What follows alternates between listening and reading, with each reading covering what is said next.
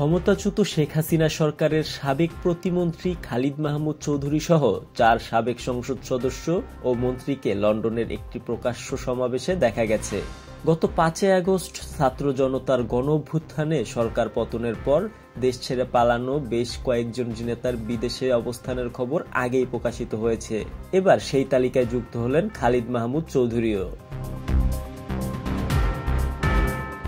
রোববার 2 ফেব্রুয়ারি সন্ধ্যায় পূর্ব লন্ডনের একটি স্থানীয় হলে যুক্তরাজ্য আওয়ামী লীগের আয়োজিত কর্মী সভায় বক্তব্য রাখেন খালিদ মাহমুদ চৌধুরী, সাবেক মন্ত্রী ও দলীয় প্রেসিডিয়াম সদস্য আব্দুর রহমান, সাবেক প্রতিমন্ত্রী শফিকুর রহমান চৌধুরী এবং সাবেক সংসদ সদস্য হাবিবুর রহমান। অনুষ্ঠানটি পরিচালনা করেন যুক্তরাজ্য আওয়ামী লীগের সাধারণ সম্পাদক সৈয়দ সাজিদুর রহমান ফারুক।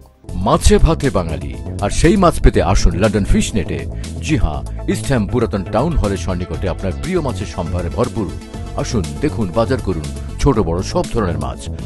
বাহ, একই ছাদের নিচে প্রয়োজনীয় সবকিছু পাওয়া যায়। অনুষ্ঠানে বক্তারা বাংলাদেশের গঠিত অন্তর্বর্তী সরকারের পদত্যাগ ও আওয়ামী লীগের নেতাকর্মীদের বিরুদ্ধে দায়ের করা মামলা প্রত্যাহারের দাবি জানান।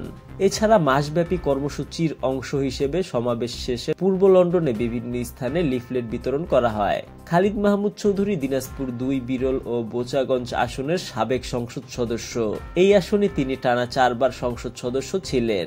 এর আগে লন্ডনের সাবেক মন্ত্রী ও আওয়ামী লীগের প্রেসিডিয়াম সদস্য আব্দুর রহমান, সাবেক প্রতিমন্ত্রী শফিকুর রহমান চৌধুরী, সাবেক সংসদ সদস্য হাবিবুর রহমান ও সাবেক সচিব কবির বিন আনোয়ারকে শেখ হাসিনার ভার্চুয়াল সমাবেশে দেখা গিয়েছিল।